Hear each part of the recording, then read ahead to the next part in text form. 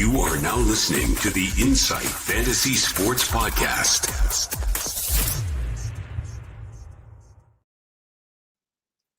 Welcome in and welcome all. We are back. It's Wednesday, the 17th of September. We are 2 days away from the start of week 3. It's the Inside NFL show, and it's the goddamn SuperCoach edition, baby. We're here. It's a massive show. Our first trade-in and trade-out segment for the season. Fellas, I'll start with you, Mav. How are you feeling as we get into this beast ahead of us tonight? Yeah, it's going to be a good show. It's going to be a tough sledging at the moment, trying to work out who's the trade in, who's the trade out at this point. There's so many options, I reckon, who's capable on both sides of that pill of trade in and trade out. So it's just trying to identify and get the right ones at the right times, and hopefully this will help. Hopefully we've got some good advice to give to our wonderful listeners tuning in. Secko, I know you're pumped for this one, mate. You've been in crunching numbers all week looking up towards this show. How are you feeling for our first trade in and trade out? Yeah, mate, pumped. I feel like I know a lot of these guys' figures in and out quite deep. So I've been digging into the values of break evens and the scores and sort of what combinations will work. So hopefully give you guys a steer on who's the best to sort of bring in, because it is the biggest week of SuperCoach, and the week before price rises, we should all be boosting, and we'll do our best to help you guys to land on the 3 you're going to bring in, and more importantly, the 3 that you're happy to let go and maybe never see again. Honestly, I'm really looking forward to this because I'm a little bit of a SuperCoach newbie myself. So I'm hoping to take away a couple of key points from you lads and fix my team up and hopefully score better than the 400 absolutely abysmal score that I put up last week. But before we jump in, so it is Wednesday night. We will be doing a trade segment every Wednesday, just so if you are looking for a little bit of advice when it comes to those trades for the week forward, make sure to tune in every Wednesday. We'll be here to get you guys all sorted. With that being said, we don't really have any more injuries to cover. We did cover the majority of it all last night's show. The link is in the description below. It was a waiver wire show, so it's probably not as effective for you now because a lot of waivers have run in traditional fantasy, but that is in there below if you do want to go back and see the injury segment. As we get in, trade in and trade out, and I will just mention everybody here in the chat, thanks heaps for throwing in comments. We will get to them towards the end of the show after we get through all of this, because there is a whole heap to cover. Let's start. First of all, we'll stay positive. We'll keep the vibes high. Oh, I'm so excited for this show. Trade-ins. We'll go position by position. We'll go through our trade-ins and also trade-out candidates, and we'll run through that. So first of all, quarterback.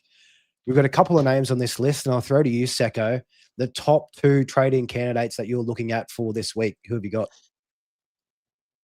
Yeah, so there's a couple of ways to go here. If you've got, it's a very big call, and it's probably a bit silly, really. But if you've got the money to go up to the most expensive guy in the game, Lamar Jackson, I think just if you didn't start him, you probably missed one there, and it happens in other SuperCoach games. There's some of these guys you just have to pay up for, and it doesn't look like he's going to. My thought was he'd have a few bad games here and there, and early on and drop hopefully. I earmarked that Buffalo game as a potential, a bit more of a defensive, contest at 81 points combined. But so missed the jump on that one. But yeah, look, I think it's a lot of money. If you've got the money there, you can make it work without absolutely harpooning your other trade-ins. Lamar at 30 mil is an option. Outside of him, if you want to go somewhere cheaper, I understand not everyone can shop in the top end of town. Danny Dimes, we can't go past one of our favourite boys, fast becoming an insight. Joined my guy, I think I can fairly say, and industry-wide my guy, really, let's be honest. And Blue Balls has come out early with that one. Free money, boys. I can't argue with it. Yeah, he's been unbelievable. So I know Mav has some thoughts. I'll throw him in a second here about our boy, but yeah, minus 21 break even, which we'll hit on break evens a bit more later on to give you some deep dive there for those that don't have the access. But 16.5 mil, he played Denver. I thought Denver would absolutely shut him down. He went almost as good as the week before. So if you're shopping in the thrift aisle, Danny Dimes is your number 1 pick. If you told me at the start of the year that would be highlighting Danny Dimes in a show this year, I would have told you you're absolutely mad. But here we are. We have to play the game. He's a massive value. Mav, with that being said, so Secko's thrown in Lamar and Danny Dimes. How are you feeling about those two? And do you have any others that you want to mention in for trade-ins at quarterback?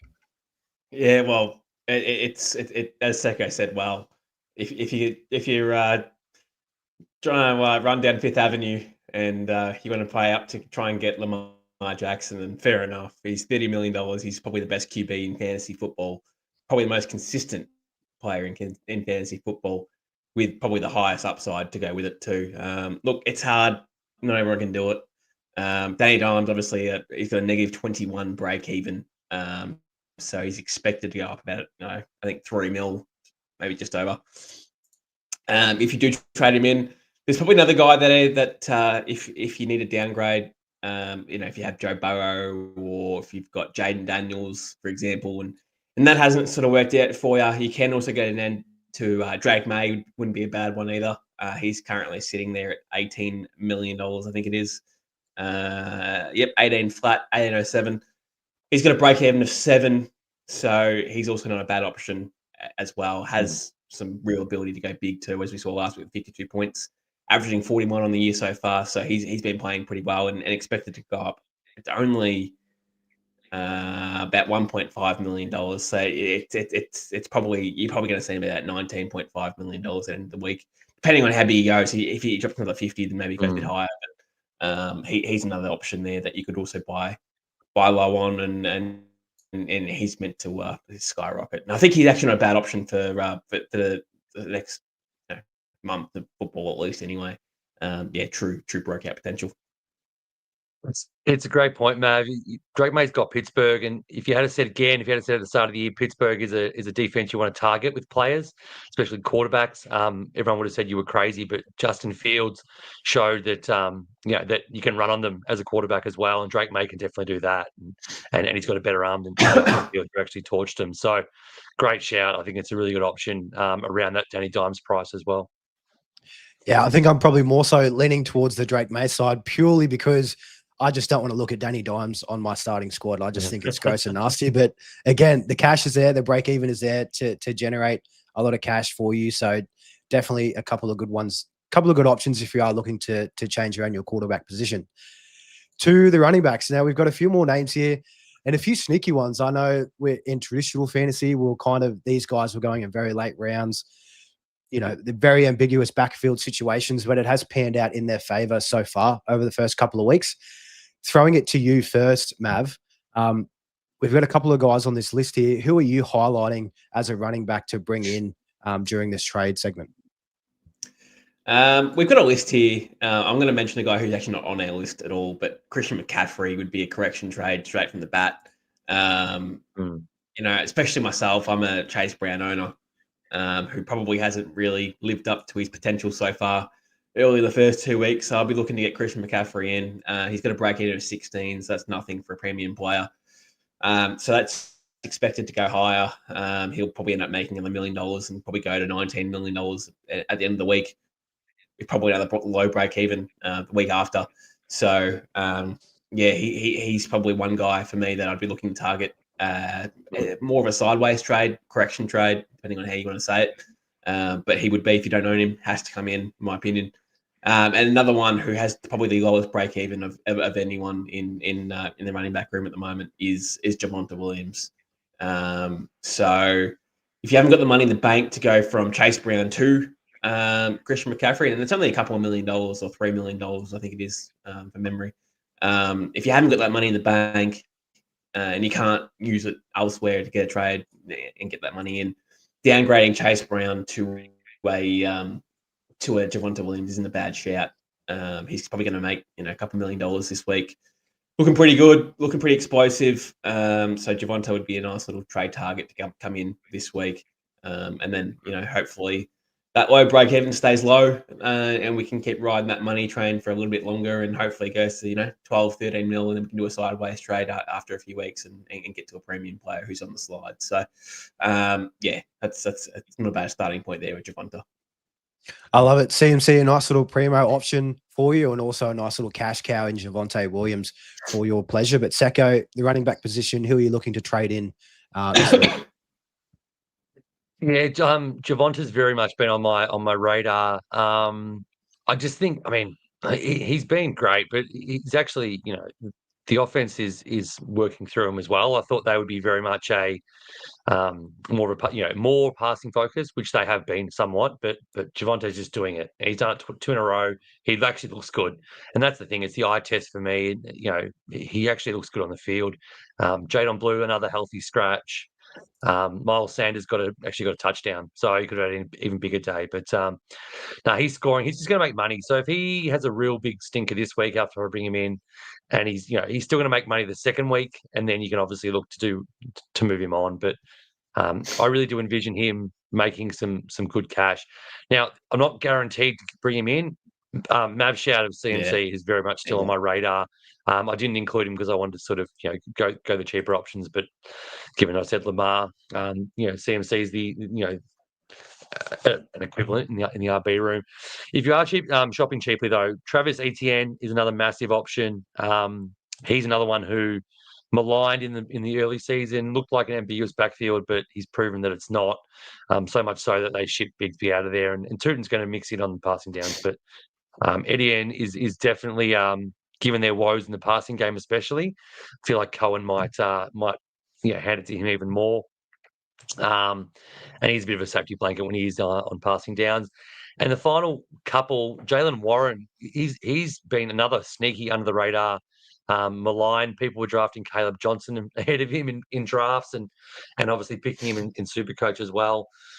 He's a 3-down back, and he's performing, and his break evens really low as well. So and then the final trade in Canada, if you're looking for a basement price guy at 3.7 mil, is our mate Bill Krosky-Merritt. Now that Eckler's out, as of last week with his Achilles, this should be his backfield predominantly. So there's options there in the cheaper roles as well.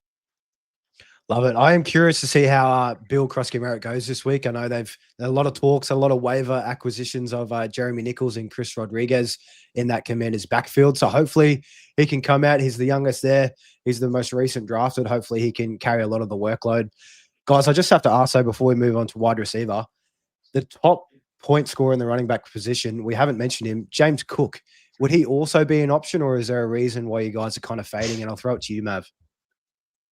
Look, not really so much a reason of we're fading. It's more so I don't know. What can you say with James Cook? He's definitely an option. I don't mind James Cook. He's just very if he's not scoring touchdowns, he's probably not really too exciting in fantasy football for mine. And look, he scores for fun most weeks anyway, so it's not really a big bobble. But I would prefer someone like Christian McCaffrey instead of James Cook personally. Again, volume-wise, in terms of through the air and on the ground, I think Christian McCaffrey's a bit more safe. Christian McCaffrey, I don't think, has had a touchdown this year yet either. I don't think he's had a score, so we're expecting that to probably change. I can't remember to make him scoring. I don't think he has, but the baseline is so much higher.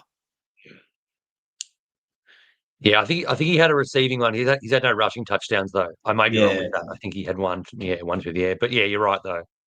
I think Cook's fine. He's the same price as CMC, so you'll never see me choose James Cook over CMC if I'm doing a correction trade at that value. And that's just me. If you think this touchdown run can continue, he's also got Josh Allen who can steal touchdowns at any minute. CMC has Mac Jones who doesn't have the ability or the license to steal touchdowns. So the touchdowns will come, and they'll come big for CMC. So it's a great call. In saying that though, James Cook's only owned by 4% of teams. So the easy suggestion would be go to CMC and just set and forget, right? It would be. But if you're chasing rank, or if you're chasing a POD to try and catch up in the field, it's actually fine bringing in James Cook. just trying to like have a point of difference, because you can't always have the same team as everyone else, right? And most teams will have Christian McCaffrey in there at that price point. Everyone, he's a highly owned player in the league. So yeah, bringing in James Cook isn't awful. It's just I think he's very touchdown dependent, and he scores every week anyway. So like you're expecting that run to continue, I suppose, as Secko said. So again, I'm expecting that to dry out a little bit. But again, if he just keeps on going, then sure, like he's going to keep averaging some, 45 points a game. And they're versing the Dolphins on Friday too. So very well and truly, he could have another double rushing touchdown game. That Dolphins defense has just been absolutely gash. But we will move on to the wide receivers. I'll throw it to you, Secko. Again, we've got a couple of big names here and also some cheapies. And one is just an absolute standout that I think he is our cover photo for this evening. But who have you got for us in the wide receiver trade-ins? Yeah, so if you're looking up in price, there's a couple of guys, and there's one that I didn't think of until sort of more recently. There's two guys around this exact same price. Puka Nacua, he's just got the floor. Like I think what he's had is to get 47 and 39 or something. He's rock solid. He's a PPR format. He doesn't score touchdowns to get these numbers either. He did have a rushing touchdown, but yeah, he just seems to be that guy that is just going to get you a very consistent number. So if you've got a keeper, and he can go big, don't get me wrong, he's not just a guy who's going to sit there in the 30s. But if you want to trade in a keeper now, the guy you can see keeping for the entire year as one of your receivers, he's an option that I think is great, just purely because I think he's a top 6 scorer rest of the season. The other one's Amon-Ra St. Brown, who he obviously had a massive spike score. He had 3 touchdowns. So he's a bit more volatile, I think. I think in the Detroit offense, in current iteration, let's be honest, they just bullied Chicago because Dan Campbell wanted to prove that they're more than Ben Johnson. And so like normal game scripts, they would have run a lot of those plays in the last quarter and a half that they just decided to run the score up, and it got J-Mo a touchdown. It made his day fair. It got Amon-Ra 2 late touchdowns as well. So everyone except Laporta really got involved. They're the 2 main price guys that I want to talk about, and I would lean Puka because I just think he's just a locked in start every week. And Matt, before throwing to you, with those top main guys, Malik Neighbors, he is currently the number 1 total point scored for wide receiver. Is he someone as well that you're looking at to go along with the next couple of guys we have? Yeah, of course. His price is $17 million. I can't believe he's not my team. Makes me sick. He was in for the majority of the whole preseason, and I traded him out last second. And now he's number 1 wide receiver in the first 2 weeks of football. So fantastic stuff here from myself. But anyway, we'll recover. But no, like there's another one there, Roma Dunze. He's been balling. He has he's seen 3 touchdowns so far in the first 2 weeks. So again, we're expecting that to sort of calm down a little bit. 3 touchdowns in 2 weeks from a side who's been playing from behind for the majority of the time. He's crazy numbers, but he looks like he's probably the number 1 option in Chicago as well. Price at $8 million. His break even is very low. It's actually negative 41. So expected price change of about $3 million. $3.2 million is the projected price change. So, let's say he has another good game. It could go $3.5–4 million in 1 week he could make. And it would go from literally $8 million to $12 million in the space of a week. So it's a good little jump to a premium player in 2-3 weeks' time if you need be. He's not a keeper, I don't believe. But he's a stepping stone to an elite player, like a Malik Neighbors, or like an Amon-Ra St. Brown or a Puka Nacua, easily. So he'd be one to look at for sure. Another one to look forward to would be Zay Flowers. I don't love Zay Flowers personally, but he's currently top 5, top 6, I think he is. Let me just fact check this one. 6th. He's currently right now in rankings for wide receivers. So he's not a bad one. Negative 12 break even, projected about $1.82 million in terms of cash flow. So he goes from Yeah, $11 million, $11.7 million to mid 13s, 13.5, something around there. So again, we're relying on these guys to have a good week 3 so they can get their break even lower for week 4. But yeah, if we're looking at correction trades or guys that we're worried about as well, bringing in these guys to replace an AJ Brown or something wouldn't be awful because they'll be at similar prices by the end of week 4. So that is one to monitor. I love it. And if you're not a fan of Zay Flowers, another one that we have here, Jackson Smith and Jigba. He's currently number 13 wide receiver overall. He's averaging 28.5, and he hasn't scored a touchdown yet either. So just keep that in mind. This is just a very, very safe floor with Jason. He's getting all the targets that he can handle in Seattle. So definitely one as well if you want a little bit more of a safer option and just wait for those touchdowns to come in.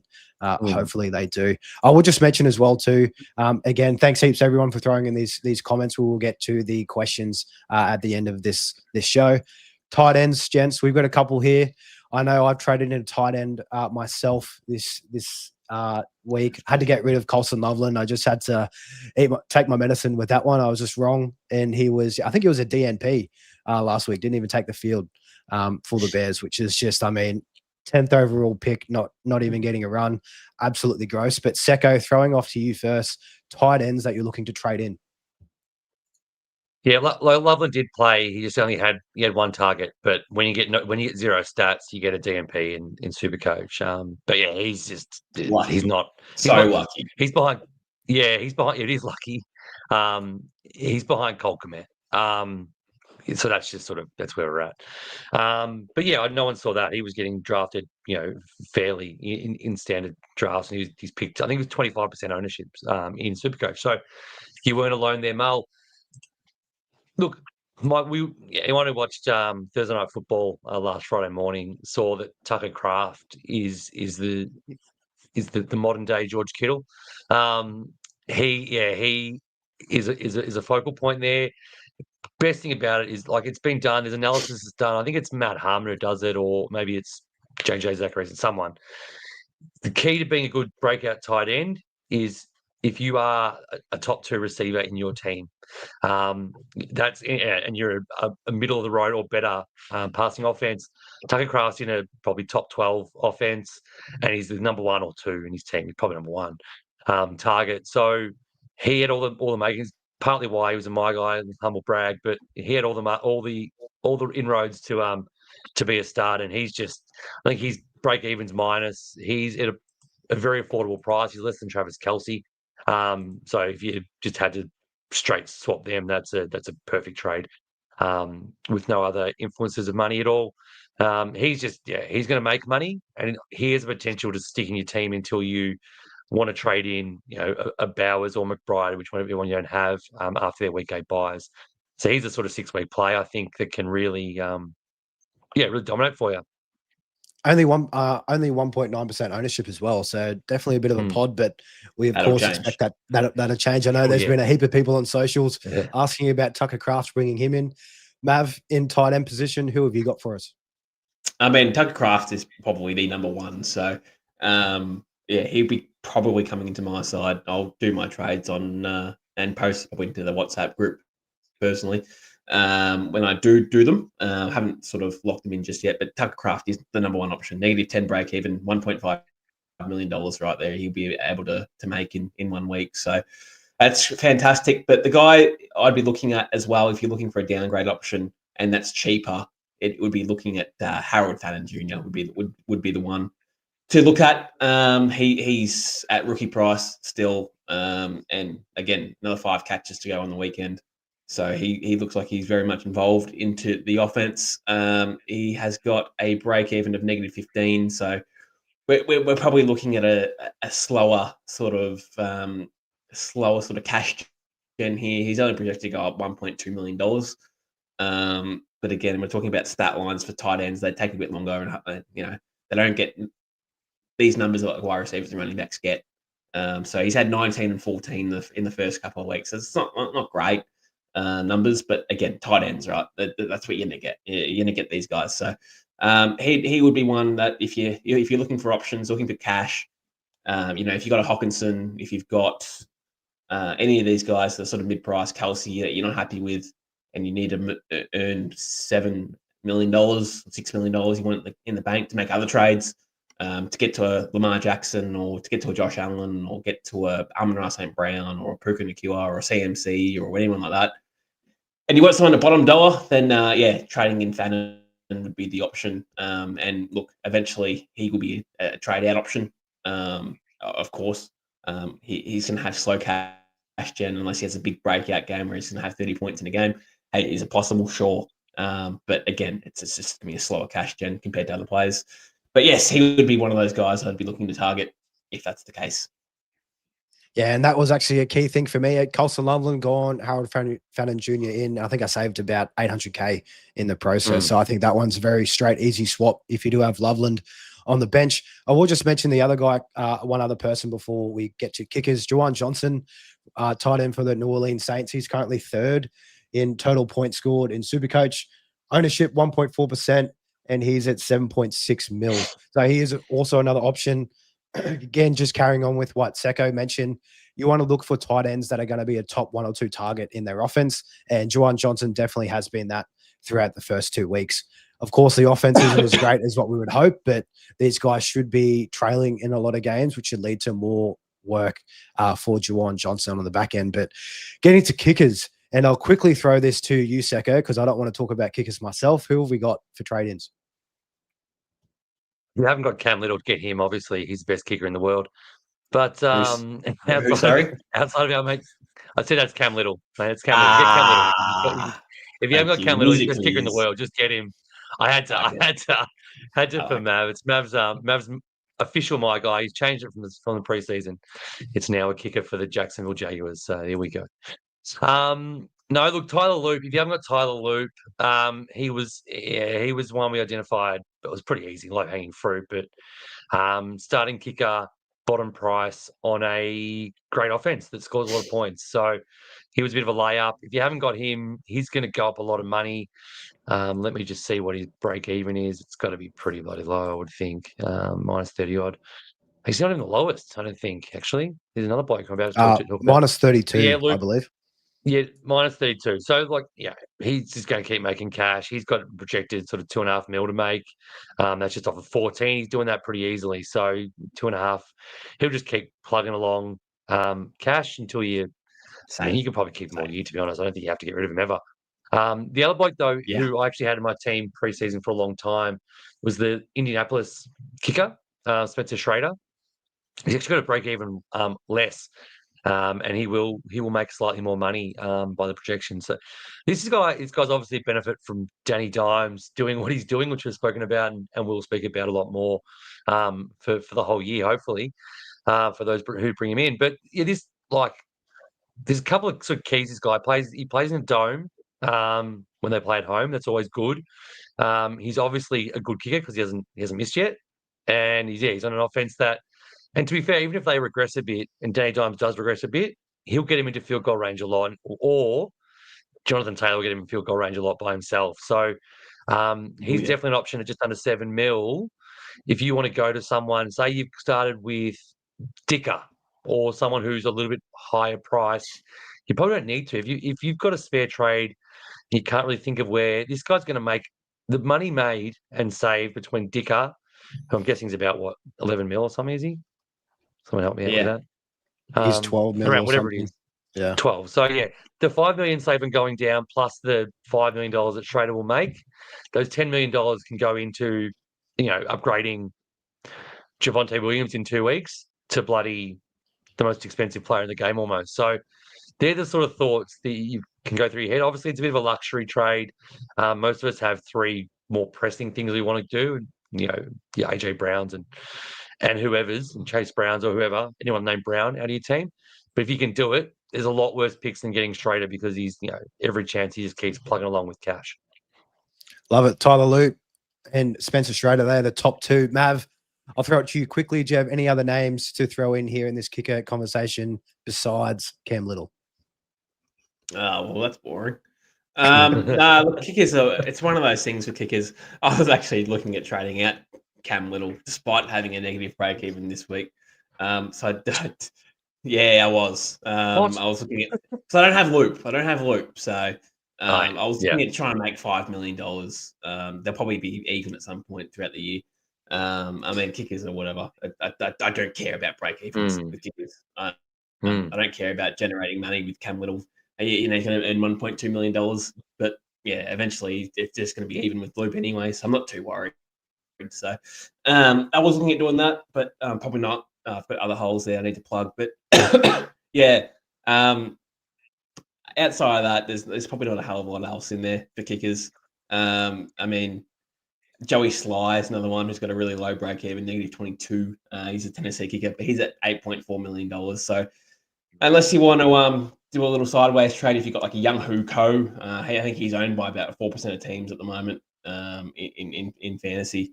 He's currently benched, not playing, so he's inactive. And well, that's probably a good thing because he would have dropped cash. But yeah, if you want to do a little sideways trade just to retain the money, Joey Sly wouldn't be awful. In an offense that really can't finish touchdowns at all. They can sort of move the ball a little bit, but can't finish touchdowns. So, but outside of that, kickers are trading kickers just feels gross. So I'm trying not to do it unless I have to. And to go from one gross thing to another, defense and special team selections. Secko, throwing it to you. We've got two names on the list here. Nice lower priced guys, and they've had some pretty nice showings as a team over the first couple of weeks. Who have we got? Yeah, so Atlanta Falcons are a really good option because they've got a break even of -13. Now they're not the lowest. So actually, there's another team which I won't mention as a good bring in, which is Jacksonville, who are actually -14 break even. But the Falcons have -13 break in. They have Carolina this week, so divisional game. They've been really good there, and then they've got Washington. So they're a team that can sort of make potentially on the back of a really good week 2, their break even next week will be even lower than -13. Again, there's a lot of trades to spend on defenses and kickers and stuff, so you might want to just tread carefully. But if you are looking at getting out, say, a Denver Broncos, which will save you, they're $12.5 million or something. This will save you $6 million, and then the defense should probably make about another $3 million. So it's a $9 million swing, which again is huge in SuperCoach. Difference between Roma Dunze and Puka Nacua, pretty much. So we mentioned before. So it's about $8 or so million difference. So yeah, Atlanta's one. Another one is Arizona. So they haven't had as good a week, or 2 weeks combined. Their break even's only -4, but they've got Mac Jones, Sam Darnold, and Cam Ward the next 3. So if they can come out, have a good game against, and they're only $6.5 million as well. They're an option if you want to go down from a Denver again. They should make a fair bit of money as long as they have a good week this week, and not guaranteed, but they're another option. Other than that, there's not a lot of great options because everyone's sort of playing some tough defenses coming up. So maybe best to just leave your defenses if you don't have to. Love it. Cardinals and Atlanta so far. Mav, any other defenses before we get into the trade outs this evening? Yeah, definitely. And look, tread very carefully when we're talking about defenses as well. Yeah, the top rated defense is actually averaging 22 points, and majority of them are actually averaging sort of mid to high teens. So there's really no need to trade defenses unless you really have to. But again, I seriously I don't recommend for an extra 3 or 4 points here and there. It's not worth it.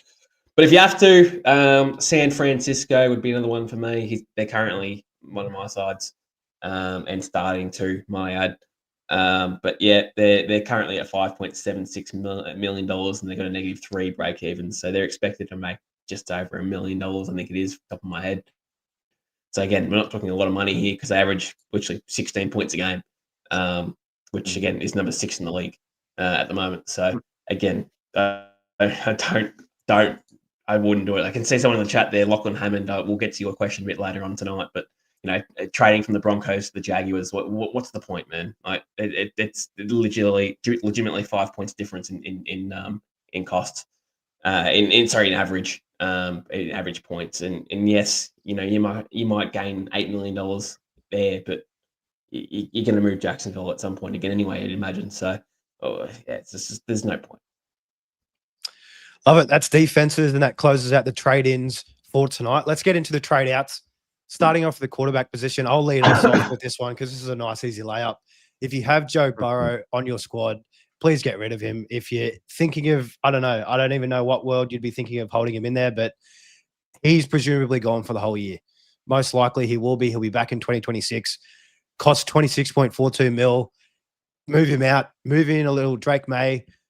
If you wanted to, pardon me, free up 8 mil in cash, that's going to be a nice one as well. But yeah, Joe Burrow, he is just the flashing red. Definitely trade out this week if you have him. Secko, throwing to you, quarterback. What are the other trade outs that we're looking at for week 3? Yeah, another one is Jaden Daniels, which this is not a must trade by any means, but there's word that he's injured or potentially a chance of missing this week. You can hold, general rule of SuperCoach, you can hold for a week, but it depends on who you've got to come in place of him. So not many people are rocking with a real solid third quarterback option, or if they're not flexing at all, a solid other option. So sort of one of those things at a $25 million price point. If he's not playing this week, he's potentially a trade out option. And I mean, that's only 5 mil to, under 5 mil to get to Lamar if you haven't got him, or Josh Allen if you haven't got him, I suppose. They're not bad options there. Otherwise, there is another one that I wanted to bring up. Obviously, we all have him. We all should have him. But we all shouldn't have him for too much longer. Is JJ McCarthy. So, yes, he has a minus 37 break even, which is fantastic. And yes, he might only miss 2 weeks. But I'm thinking more of they have a bye in week 5, so he'll definitely miss 3 weeks. And then he's back in week 6. So you can hold him and, consider him as if you've got 2 good options there, then absolutely. I don't have the luxury of that. I've got Ward and JJ, so I have to trade someone out of those 2, and I'd rather trade the guy who won't be there for 3 weeks guaranteed. So yeah, it sucks. He's 3.7. He gives you nothing, but I just think if you can make something happen there, it's an option that you have to field someone. I'm not fielding Cam Ward at the moment. That's just not happening. So that's why he's going for probably Lamar or maybe even Drake May. You guys expect me around there. And the beauty of him is that when he comes back in, say he comes in week 6, he's $3.7 million and he is minus 37. So when he's fit and back in, you can trade him back in. It sucks to use a trade out and trade in, but these 3 weeks of points that you're forgoing if you hold on to him, probably not worth it. So that's my thought process. I might be stupid on that, but you can always get him back in 3 weeks if you really want to, because you're going to want to be trading again out of week 5 into week 6. And the only thing that I'll mention on JJ McCarthy, I had a lot of other holes to kind of move around, so I'm not trading him out this week. He'll probably just be my nice little loop option there, sitting on the bench. So that's probably my kind of area around it. Mav, in the quarterback trade outs, we've got Burrow, Daniels, and McCarthy. Who else have you got for this list? I mean, JJ McCarthy was a good shout there, and there's options there with him. Just to put it out there, that it was actually a massive reason why I actually traded him out of the preseason side, because I was just wondering if he got injured, you sort of stuck with like the 2 rookies in the flex position. Was always my biggest concern. Having McCarthy in there was, if he gets injured, what do you do? He's $3.7 million. You can't really chuck him to anyone at that point. You have to spend $17 million to try and get there, and that's hard sledging to find that. And that's where you might have to do a defensive trade from a Denver Broncos to whatever to find millions and millions of dollars. But yeah, it's hard. But look, Jaden Daniels would be another one at this point. If you had to do it, would be another little segue to a Josh Allen or a Lamar. Only cost you a few $1 million. Don't get me wrong. But there's also rumors that he might miss this week too. So you can't be having him in your side if he's missing games. He's been okay. Okay at best is probably where he's been at. But yeah, outside of that, it's more of a hang on a second. Let me just have a look. There's no one really else there that you'd probably trade out at this point. The rest of them have been pretty stock standard to what you sort of would imagine. Brock Bo Nix would be one. If you do own Bo Nix, would be one. He's currently at a break even 53, but he's only owned by 1.5% people, so that's not too bad. But outside of that, no one really holds any other players outside of mid-range players and QBs at this point. So if you own Joe Burrow or Jaden Daniels, happy to sort of move them on. But outside of that, I think I'm personally keeping McCarthy. But I've also got other problems in my squad. That's why he stays on my bench. So awesome. They're the QB trade outs. Now starting off with the running back, and I'll throw in here as well, just to go in with the Cincinnati Bengals tandem, Chase Brown. With Joe Burrow going down, the upside and overall ceiling for Chase Brown is just absolutely fallen off a cliff. We hope to see with Jake Browning, hopefully he gets a bit more in the receiving game, some nice easy checkdowns, but overall the touchdown upside that Chase Brown would have had is just completely nuked. So with that being said, Chase Brown, 16.61 million. He is a very clear trade out for me. Luckily enough, I didn't have him in my squad. I went with Bucky Irving, got lucky there, but Chase Brown, he is owned by 11.9% of owners as well. So yeah, definitely one that you'd be looking to move out. Secko, throwing it to you. I know you've got Chase Brown. You've already moved him off, I take it, or was that a week one trade? No, he was still there last week. It was great. I in this format, there's just too many other guys, and like Mav hit the nail on the head in the trade-ins. Like if you can go for $1.7 million to go to CMC or James Cook, it's just a great option. If you can make it work. So I posted my trades on socials earlier. I should have done it after this chat because I knew Mav would have some little nuggets to sway me, and it's talking me off Lamar into Drake May and McCaffrey, which I don't like because I was set, but it's enticing because I was probably the biggest Chase Brown SuperCoach guy going around, and it really hurts because he was crap before the Burrow thing, but this is just the final nail. So he's out, but apart from him, there's another injury-based one. Not many people own Aaron Jones, but I think he's about 4.5% or something, which I was a bit shocked at. He's actually a good price point for trading out at 14, I think 14.5 million. So he'll actually get you someone, which is really good. He's out. He's on an IR, so he's a must trade. And finally, I think was it 10% or Isaiah Pacheco was a guy. I was doing some doing some checks today and looking at some sort of higher owned guys that might be on people's teams, and I can't find where the ownership is now. But yeah, Isaiah Pacheco was way more owned than I thought he would have been, or probably should have been. 7 point, yeah. So is it 7.9? Yeah, have you said? So yeah, 9%. Oh, 9%. So yeah, he's 8.5. I get why he was owned because he was so much cheaper and he's got name value and people thought he's a good cheap option, but he's a must trade for me. He's possibly the most disappointing player in fantasy this year, and that includes AJ Brown for me. This guy's lost his ability, lost his role, and just he's a shell of himself. He's losing work to Kareem Hunt. So if you have Isaiah Pacheco, that 7.8 should be 0.0, as we like to say, come this time next week. Mav, any other running backs that you'd like to target in the trade out segment before getting to wide receivers? I'm just looking, like all the rookies at this point have been very disappointing. We're talking Genty, Hampton, Henderson, RJ Harvey, literally all of them, not named Bill at this point, has been disappointing. So look, would it be ballsy to move on one of those players for Bill? I think it would be. It's a sideways trade. They're probably going to be getting the same amount of coins. So unless you think that Bill is like a starter and will generate more money than these guys, sure. But outside of that, I wouldn't be trading the rookies. So there's no need. There's no purpose in it. They're going to be generating money. There's no point in doing it. So I'd be keeping rookies in. The only one you could probably trade is RJ Harvey if you do own him. He's probably got the murky situation at the moment, and J.K. Dobbins isn't looking like he's slowing down unless injury comes along, which is again a big possibility. But just one thing for me is Nick Chubb is actually owned by 6.2% of teams, which I actually never expected that to be a thing. He's actually priced at $8.8 million. But he's going to break even of 5. So he's going to probably own you or get your money in this. And it's not going to be much, but he's probably going to earn an extra $700,000 on top of what he's on.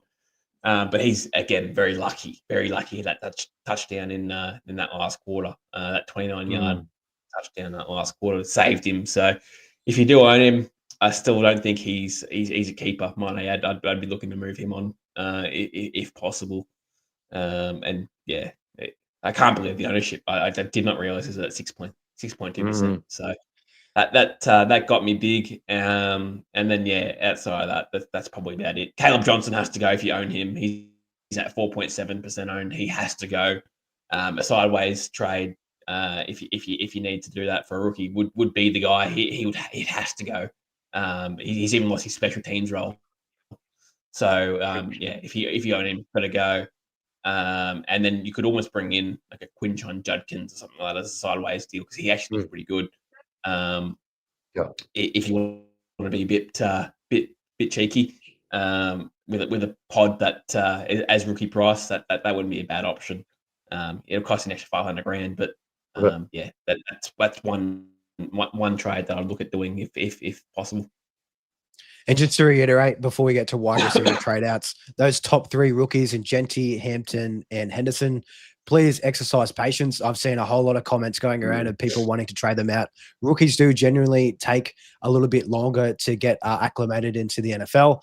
Of course, those 3 running backs were all super high on, and they were going into pretty good roles, but might just take a little bit more time. But yeah, exercise a little bit of patience. Let's not panic quite yet. But wide receiver, again, I'm going to sneak in here and just grab the lowest hanging fruit that I possibly can. AJ Brown, egg on my face because I was pumping people up saying that he's going to bounce back against Kansas City. There's just been all this chat, and he just absolutely did not. I mean, all the targets were there, which we love to see, but I think he had like 30-odd yards, 5-odd catches, no touchdown. And yeah, it was just that game was just a battle of the defenses, was very gritty and very gross. For everything fantasy. So yeah, AJ Brown, he's a clear trade out. 16.59 million. You're going to a whole heap more cash in the bank that you can use to move to Puka. It's only $1 million more to get to Puka, so that's definitely one there. Secko, we've got a few other names on this list. Give me your top 2 besides AJ Brown. Yeah, look, the top ones. I mean, there's a bunch of guys all around the same price, but I think Drake London is my number one. And well, no, he's not. Brian Thomas Jr. is my number one. Brian Thomas Jr., I think he's injured, which doesn't help. He's $16.5 million. He's injured, which doesn't help him or anyone. But he's definitely not a keeper in my eyes. He's not a SuperCoach keeper. So he's going to start losing a lot of money. I'm trying to find what his break even is. So the top of my head, it's a 53. He could score somewhere around that, but I just don't. He's just a guy I'm really, really worried about in real life. So he's probably number one. Number 2 is Drake London, only because he also is playing hurt. Look, he's probably not one I'm actually that worried about in terms of real life, but we're talking about SuperCoach. You can maximize.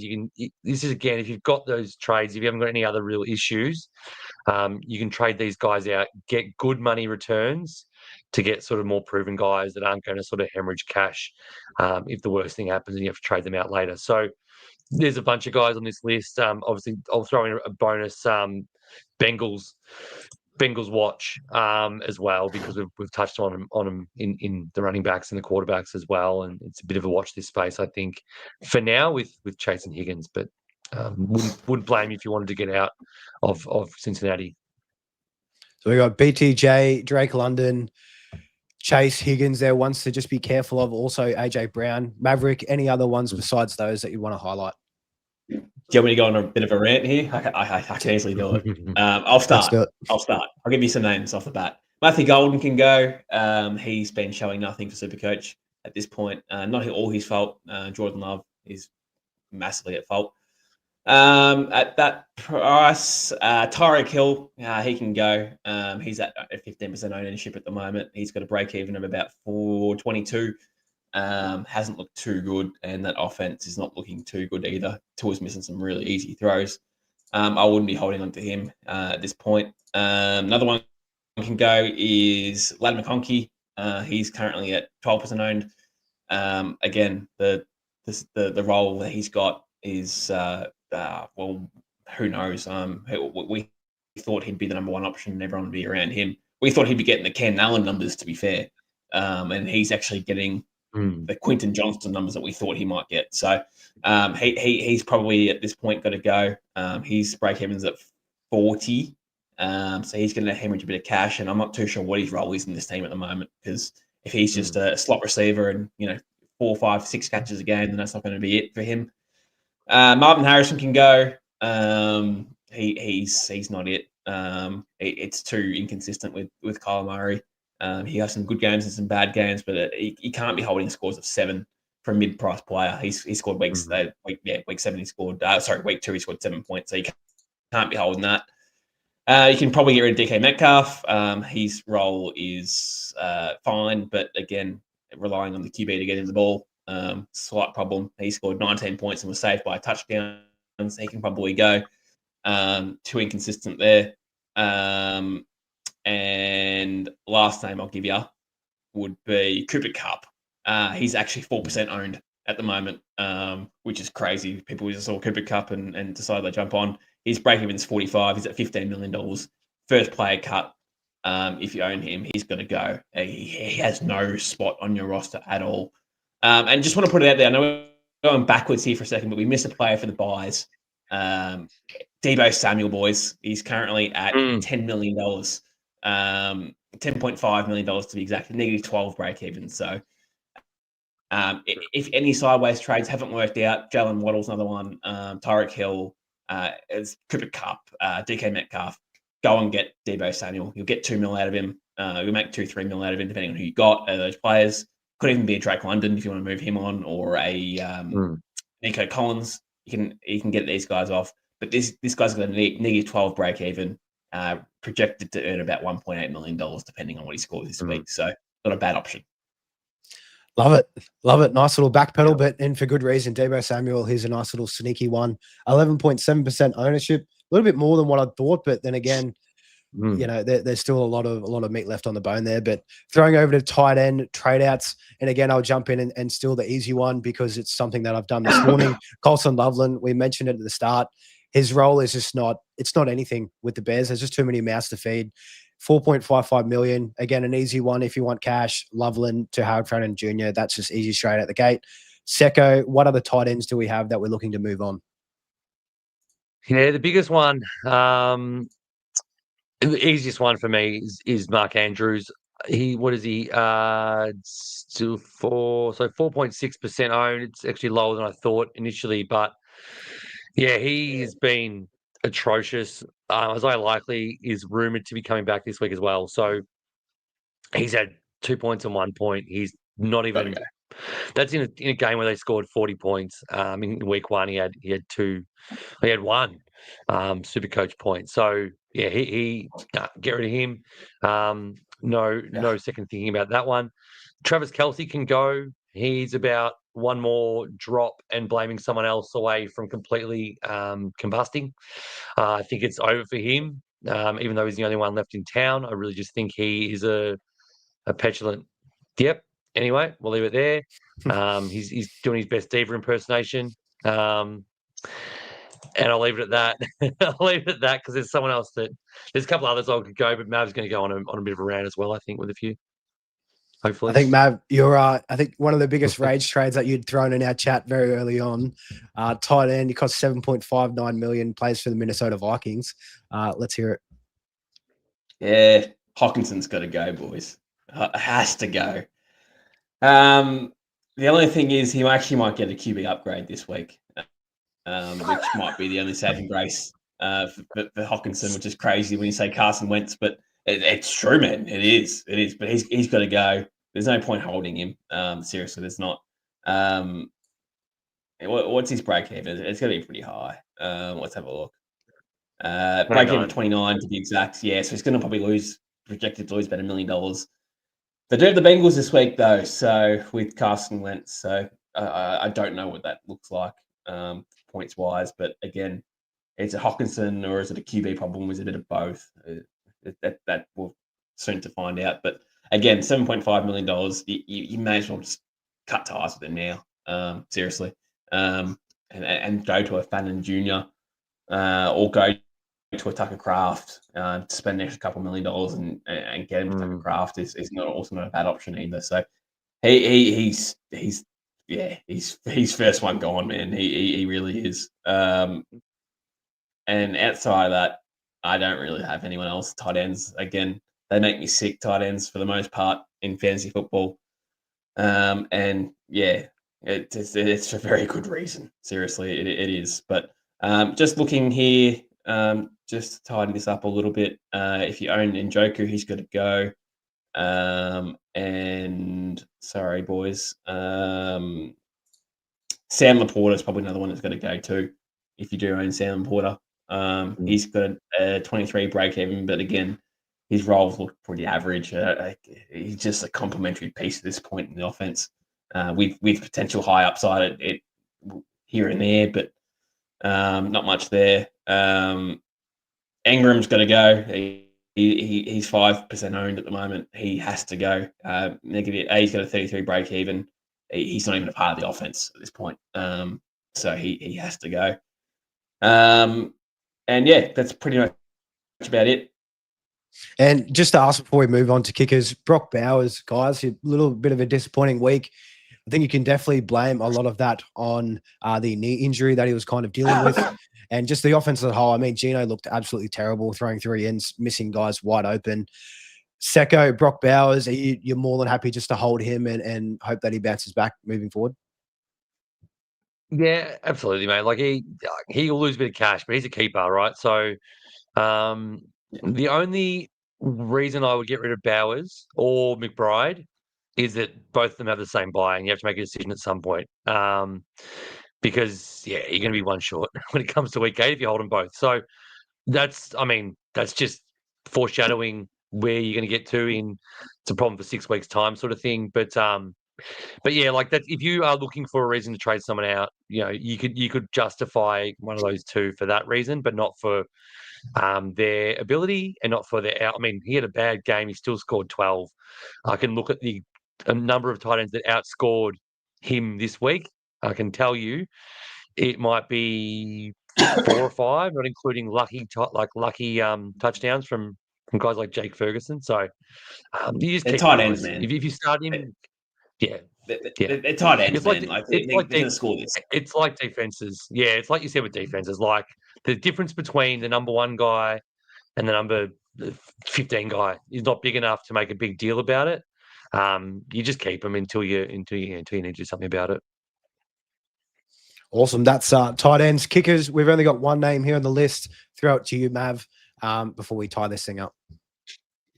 Well, yeah, Cam Dicker would be one. I don't even know if he's on that list. But he'd be one. No, he's not. He's one. Yeah. He would be, because they're just finishing drives, not scoring field goals. He's just scoring PATs, and that's not what we want for premium price players. Co would be one. Another one. He's more of a loopholing option. He's in my team too, but I can't trade him out. Again, too many holes that I need to get rid of first. And then I'm going to use JJ McCarthy as my loophole instead of Co, and we'll just bench him. And just hope that in a week or two that the schedule, I think he might have another one. I think he has a late window next week, and then it opens up a little bit more again. But yeah, Co would be one to get rid of. It'd be a sideways trade to get him to loop, to try and generate some cash. But yeah, if you're going to get rid of a kicker, that's probably it. And then yeah, outside of that, Young Hu Ko's got to go. He's 5% owned and got to go. Yeah, outside of that, not much. Secko, any kickers before we get into defenses? To go, I mean, starting Brandon Aubrey was always a negative in my head out the gate, and it's worked out. It's working out because he's scoring. He scored 44 points on the weekend. When the Cowboys scored 40, which is not going to happen every week. Having said that, he's still not the top scoring kicker, so you could have saved $6.5 million and gone to Schrader off the bat. So yeah, look, you're not getting rid of Aubrey if you've got him. I 100% would advocate to do that because it can free up, as I said, $6.5 million. But it's more of a luxury. We've got trades that need to happen. Mav sort of said it consistently. If we could have sort of 7 or 8 trades each, we'd probably do that and fix some things up. But we're capped at 3 any given week. So yeah, things like kickers probably just need to just let be unless you've got a young Wade Q in your team who's actually been dropped by or benched by his team, and you have to do something about that. But otherwise, just not much happening with kickers. And last but not least, defenses, and I'll take care of this one. We've got one name on here on our list, and we'll move over to our Week 2 Unlimited League winner highlight. Denver, the highest price defense at 12.44 mil. They just, what did they score last week? It wouldn't have been much at all, if anything. Yeah, they scored a big donut, allowing Danny Dimes and the lads to put up 30-odd points against them. So Denver, very easy, straight swap. Move those guys out. You're free out a whole heap of cash. Moving them to Cardinals or San Fran, you're getting at least 6 mil there. So that's, nice and easy. We do have a little bit of a break in watch segment, but we will be posting that on socials. We'll post that out over the, probably later this evening or sometime tomorrow. So make sure to keep an eye out on socials. And you can catch us on @Mullin_FF is myself. Mav is at IFS Maverick, and Secko is at Secko_IFS. So keep an eye out for the break-even watch, and we'll be throwing that out here. But one thing we will just kind of highlight, so we do have our SuperCoach Unlimited League running. I believe we've got 655 members, which is just absolutely awesome to see how many people in the community have joined in to get involved. The Week 2 winner of the week, and I will throw up this graphic if I can find it. Here we go here. So Unlimited League Week 2 winner, Oscar Baker fan. Hopefully everybody can see that there, but I will run through the list while we're at it in case you can't quite see if you're watching on a mobile device or something like that. But I'll run through Oscar's week winning team. He had Lamar Jackson at the helm with the big captain on him, JJ McCarthy on the bench, Bijan Robinson, Jonathan Taylor, Bucky Irving, and Genty as his starting running backs. Amarian Hampton and Henderson on the bench, Jamar Chase, Nico Collins, Malik Neighbors, CeeDee Lamb, Ted McMillan, Mecca Igbukar as his starting wide receivers with Hunter and Golden on the bench. Tight ends was Brock Bowers and Tyler Warren. He had Watson, probably a loophole option on the bench and tight end. Brendan Aubrey, he cashed in on the big 44, and he had Tyler Loop on the bench as well. And it's pretty surprising. So the total score that Oscar put up was 580, and that was with Denver Broncos putting up a 0. So just imagine, if you had Cardinals or something, he would have been cracking the 600 and just looking like an absolute beast. But then he also had Jaden Daniels as well in the quarterback, in the flex position rather. So looking at this one here, before I throw to you guys to kind of see if there's what moves we would make on this team for Week 3. Oscar, if you are listening, please reach out. I've been trying to get a hold of, you through the SuperCoach chat. Please reach out so we can send you your standard squeeze prize for your efforts for this week. But throwing to you, Secko, and I will just flick us back here on the screen so people can see. With us here, what moves are you looking to make? Give us your top one out of Oscar's team, and I'll throw it to Matt for his top one as well. So he's he had the top score, so obviously he's done really well with picking his team from the start. He's in a very fortunate position where he doesn't have a lot of forced trades, like some failed picks, if you will. He has Nico Collins, who I understand if you want to do something or you want to get some cash moving. But the biggest one there is, and the reason that it cost him getting 600 is the Denver Broncos D. He's obviously paid up for the Broncos D and Aubrey, and that's great. He can do that and downgrade and free up some cash there for future. It could really extend him ahead. I've never heard of T. Watson, the tight end for Kansas City. He could. You got trades to use. You can bank him. He's obviously up the top of the leaderboard, so he can choose to bank them, or he could just straight sideways him to Fannin and actually get some cash gen going there. But yeah, there's not a lot of glaring gaps because he's done pretty well. James Daniels in the flex, that's the other one. But yeah, there's not a lot of major issues there for me. And from you, Mav, so we had Jane Daniels as a potential move out, depending if he is healthy heading into week 3. Denver Broncos is clear and above in my eyes. That's the one that just stands out like a sore thumb. But besides those guys, and also Harold Fannin coming in, any other people that you'd potentially be looking to move out, or his team's pretty nice and set for week 3? He's sitting really nicely with the fact where his promos have been really good, and he's got a good mixture of like rookies, I suppose, and promos. So hitting promos is obviously one thing that you want to get right from the start, and he's done that.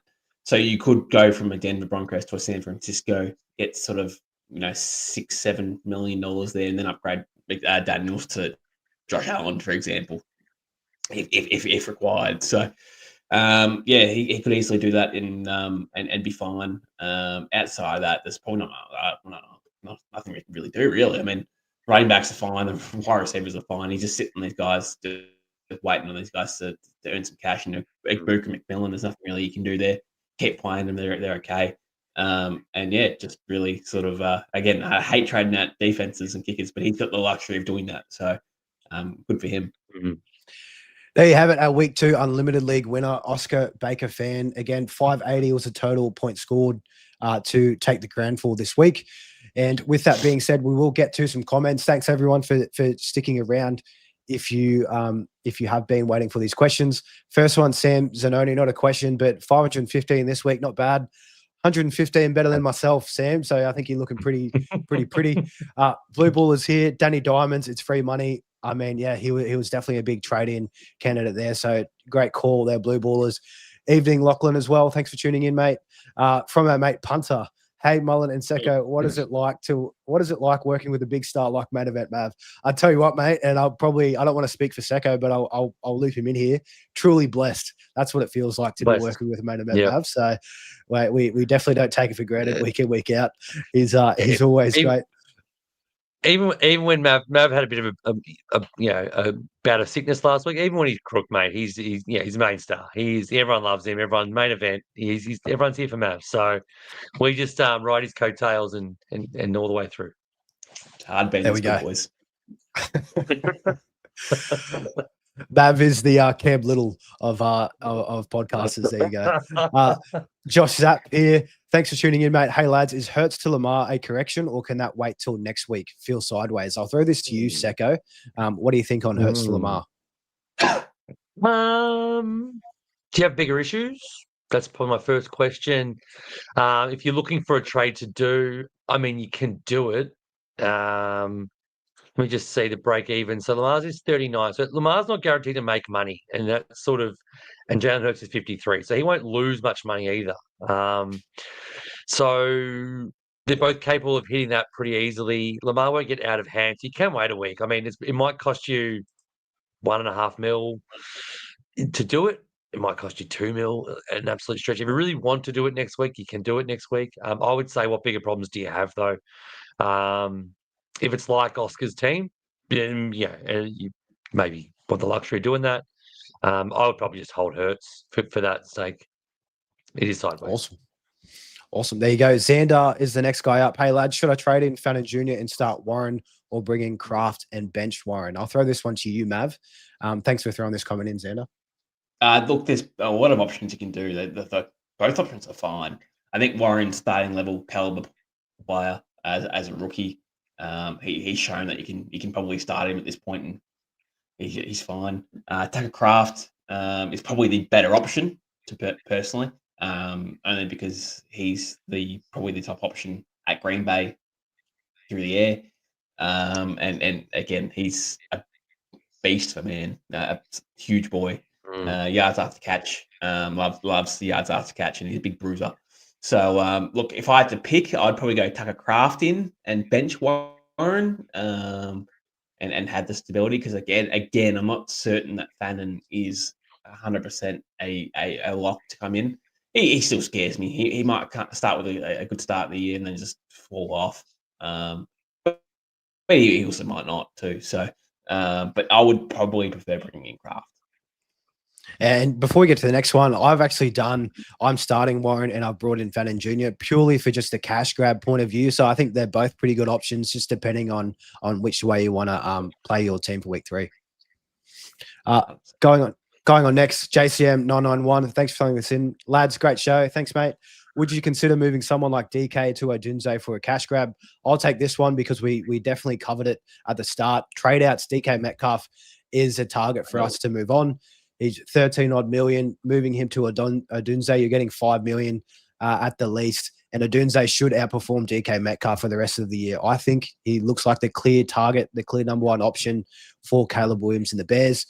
And that touchdown run, I think that will continue this week because they've got the Cowboys, and the Cowboys can't stop anything through the air. So I think, Odunze could absolutely smash again. Throwing to you, Secko, with this one. Lachlan Hammond, thanks for throwing this in. Thoughts on my trades for this week? Hampton to Javonte Williams, Golden to Puka, and Broncos defense to Jaguars, projected around 19 million cash as well. How does this one look for you, Secko? How has he got $19 million out of that? He must have had a heap in the bank. I wouldn't worry about the Broncos thing then, if that's the case. Hampton is not a must trade by any means, but I understand it. Golden is a must trade. Getting Puka in is great. I would probably look for a third option, a receiver that's underperforming, maybe for someone if you want cash.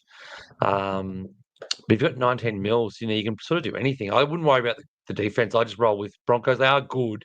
We are shit canning them. It's sort of like it's the trade if you need to do one. You don't really have to. I don't think the Jags is the answer, to be honest. They can come out and score 0 next week, so or minus even. So yeah, Hampton Williams, yes. Golden Puka, yes. Find a third trade. Love it. And I'll throw in Jai Christie. He's been very active in the comments. Much appreciated. He's starting 3 here. I'll just run them through quickly. London and trade. Hampton, London, Kittle to Kraft, Odunze, and James Cook. And then, he's thrown that in here again. So, Mav, throwing it to you. Hampton, London, Kittle to Kraft, Odunze, and Jay Cook. He also has Travis Hunter. How are you feeling about those moves? It's hard to say. I mean, on paper, the trades are fine, right? But again, without having a full context of what his team actually looks like, it's hard to say. But the trade's fine. Like, you're getting in guys who are going to generate some coin. The question is, London, is he a trade? He's probably the real question out of it all, which was his original question. I personally, I'm not trading London. If you need to, I get it. Again, I've got bigger holes than to trade Jack London personally, but I can understand if he's one guy. He has a trade, then sure, I get it. But look, the trade's fine. The trades are fine. Awesome. It is a boosting week, though. It is a boosting week. That's one thing that I've picked up. So, make sure you are cashing in your boost this week. I know I will be after we go offline tonight. I'll throw this one up here for you, Secko. Blue Ballers, thanks again for another comment. Is Alec Aomana a trade-in for Hunter? Love the stream, lads. Appreciate it, mate. Alec Aomana, we actually covered him on last night's waiver wire. So, Secko, how are you feeling about this one? Yeah, I caught that, and he's a great shout in normal fantasy. I haven't thought about him in this format, to be honest. Should have. I love him. Own him in a bunch of spots. He's here for. If you're looking for a 3.7 mil receiver, he's the best of them. Clearly, if you need to downgrade Hunter, as in not spend any money, and can't go up to like a Rome or even a Debo or anyone up in that mid-price range, why not? Why not get AMA? He's the clear number 2. The only problem is he's obviously got Cam Ward. We don't necessarily love him. However, target share though. He looked. What was that? Sorry. Healthy target share. Yeah, I know. Yeah, I'm just saying it. I love him, so I'm trying to talk him down because I don't want to sound like too over the top about him. But yeah, look, if you haven't got any of the other rookies, he's better than obviously everyone else at that price point. If you want to go down, 100%, I sign off on it. Travis Hunter's not the answer at the moment. He's going to play even more defense because they had an injury last week as well. So whether that cuts in too much, who knows? Their offense is not firing at all. So happily move on from Hunter. Yeah, Hunter, what a disappointment the first couple of weeks. Throwing it to punter. Thanks again. Is Drake London a diva? Time to kick him to the curb. Yeah, this is one. So I know for me, I don't think Drake London's a diva. I think they're just dealing with that offense. Penix, he hasn't had too many starts this year, and I think last year in those 3 starts they weren't really playing for too much. So they just kind of said, just rip it, see what you can do. But this year, dealing with that injury, I think it's been niggling for him, which laid him out last week. But hopefully, moving forward, once he gets a bit healthy, I still think he's going to be a top option in both SuperCoach and also normal fantasy. He's the number 1 target, well and true above everybody else on that team, including our boy Kyle Pitts. Just had to throw him in there. But a follow-up from punter, I got Bowers, Warren, Kittle at TE. Kittle to craft this week, or wait a week to see if Wright will be a moneymaker? I'll throw it to you, Mav. Anybody have an idea on who Wright might be? I can only think of Jalen Wright, the running back for the Dolphins, but Brock Wright from Detroit. Yeah, potentially. Yeah, I think. Yeah, because he's the one who got the touchdown in the 52-point outing from Detroit. Right. No, I think it might be a joke question. I'm hoping it is anyway. Brock Wright is not going to be an option. So no. But wait a week. You can wait a week on Kittle to craft. It might cost you $1.5 million to find out. If you're looking for a third trade to do, you can do Kittle to craft. I'm just waiting for the time. Kittle might just stay in my team, to be honest, because I feel like we're going to have bigger trades every week until he comes back. So I'm worried about that. But anyway, I'd play of him already. But a lot of tight end talk this evening, lads. It's what Deadly's asked here. Talk dirty to me, Mo, main man Deadly from the EPL show. If you guys are into a little bit of EPL SuperCoach, Deadly and Whisperer, they're doing an absolute ripping job over on there. So make sure to go check them out at the Insight Fantasy Sports YouTube. Deadly's asked, Chase Brown or Drake London, who's the priority trade out? I'll throw this to you, Mav. Chase Brown all day, boy. All day. No context. All a day. Chase got to go. Yeah, I'm the same. I'm the same there too. Lachlan Hammond, thrown it again, ranked 69 out of 30, whatever thousand. Good start to the season. Well done, mate. 69. Nice. Good number. That's very nice. Well done, mate. Good rank. Good rank. Hope he's getting one too. You deserve it, mate. That's a great effort. Josh Zapp throwing this in here. Thinking of doing AJ Brown to Odunze, Chase Brown to Williams, the Javonte Williams, I take it, and either Hampton to JT or Hock to Kraft. AJ Brown to Odunze, no brainer. That's a great trade. Chase Brown to Javonte as well. That's also a pretty nice trade if you want to get that cash. But Hampton to JT or Hock to Kraft. Secko, out of these two, which one are you more leaning towards? I love JT. Yeah, must have some cash in the bank. That's pretty good. Hock to Kraft. Hockenson has to go before Hampton does. Oh, yeah. Yep. In my humble. Yep. No, I love it. That's nice and easy. Yep. And following up that, Josh Zapp, thanks for answering, lads. Love the pods. Appreciate you, mate, sticking around. We love the comments. We're here to help. Billy03, and I'll throw this one to you, Mav. Lads, thoughts on giving up Tyreek Hill, James Conner, and Juwan Jennings for Barkley, DJ Moore, and Adam Thielen? Oh, man, there's a couple of gross names in there. What do you reckon, Mav? There's no need to bring in those type of players. I mean, sure, the ones that you listed probably have to go. Sorry, Mav. I'll jump in. It looks like he's followed up here. It looks like this is a traditional fantasy trade. Talking about this guy trading Saquon has had a horror run and needs depth. If you're wondering why he's looking to trade, okay. So he's picking up Saquon, DJ Moore, and Thielen for Connor, Tyreek, and Juwan Jennings in traditional fantasy. I mean, Adam Thielen's useless at this point, so you're getting Barkley and DJ Moore for those three. You dropping him anyway. Would. Yeah, you definitely. Yeah. Would. Yeah, 100%. Yeah, I'm on the same side there. I think that one's nice and easy. And last but not least, Luke. Luke, I'm not even going to try and pronounce that at the moment. Kittle, London, and I can't do it. Waskowski, there you go. Kittle, London, and Golden to Kraft, Puka, and Odunze. So what's that? That's 3 for 3. Or London, Collins, and Hamptons to Puka, Odunze, and Javonte. So definitely getting Puka in. What's the difference there? Odunze. It's Kraft, Javonte versus Golden, Kittle, Hampton, and Collins. The first one. Keep Hampton and Collins over Kittle and Golden. Yep. And I'm you're on getting board with that. Kraft and Adunze. Kraft, Puka, and Adunze are probably my 3 number 1 trade-ins, to be honest, at their positions. So, or 1 and 2 wide receivers, if you will. Hampton, I get the trade out on Hampton. I get it. I think he's number 1. He's number 1 traded out in the league so far, provisionally. I get it, but I just don't think it has to be done. He's still going to make money. He had a really bad day. He had a fumble. That won't affect him. It was bad. They are throwing a lot more. Just, you're not going to lose money. You can trade him next week when he's crap again. That's fine. I just don't think he has to be traded this week. Love it. There you have it. And I will just throw this in here. I think this is a good prompt from our mate Punter. Great show, fellas. Everyone give a thumbs up. It's a great reminder. If you are following us here on YouTube, please, if you will, we absolutely love if you can give us a big thumbs up and also hit that subscribe bell for YouTube. You'll get notified week in, week out when our shows are going live, and you can tune in and we'll be ready to answer comments on each one. You can also, again, find all our socials in the description below on YouTube. So thanks heaps for everybody tuning in. That will wrap us up here for tonight. Absolute beast of a show. Again, Oscar Baker fan, please reach out. Please reach out, mate. We've got a nice prize with your name on it.